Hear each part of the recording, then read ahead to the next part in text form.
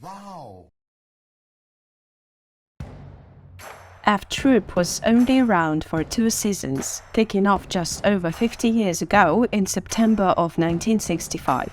Yet the series shines like a bright neon sign above the wooden fort of 1960s television. There has never been a show quite like this slapstick historical farce, and there never will be again. Though it had a brief life, the Warner Brothers production cranked out 65 episodes, half in black and white, half in color, of broad comedy and subtle satire. It squeezed laughter from an unlikely premise as it chronicled the laid-back life of characters in and around an army outpost on the frontier at the end of the Civil War. Despite its setting, the series played fast and loose with history, as that was often the point. Rock and roll blustered from Native American villages. Samurai warriors and Canadian Mounties passed through Fort Courage. Few shows better encapsulate the zany spirit of LBJ-era TV. Watch and keep an eye peeled for cameos by Don Rickles, Zsa Zsa Gabor, Milton Berle, Julie Newmar, Vincent Price, Harvey Korman, and many more swinging stars. How they changed brings you some facts that make F Troop a fascinating watch.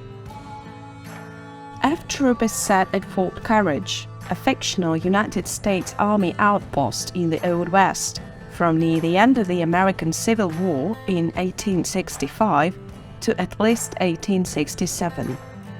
A town of the same name is adjacent to the fort. Fort Courage was named for the fictitious General Sam Courage, portrayed by Cliff Arquette.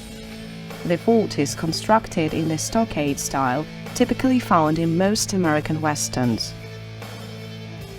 The commanding officer is the gallant, although laughably clumsy Captain Wilton Parmenter, Ken Barry, who's descended from a long line of distinguished military officers.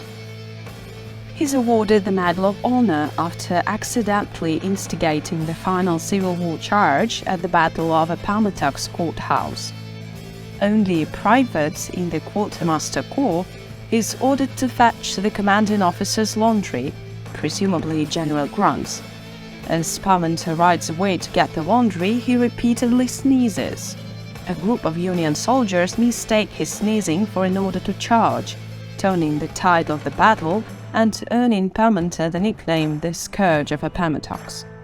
He also is awarded the Purple Heart after he's accidentally pricked in the chest by his father and commanding officer while receiving his first medal, making him known as the only soldier in history to get a medal for getting a medal. His superiors reward his action by promoting him to captain, only to give Parmenter command of remote Fort Courage, a dumping ground for the Army's least useful soldiers and misfits. The Secretary of War, William Woodson, notes, "Why, the Army sent them out there hoping they'd all desert." Indeed, of the 3 commanding officers at Fort Courage before Captain Parmenter, 2 did desert, while the 3rd suffered a nervous breakdown.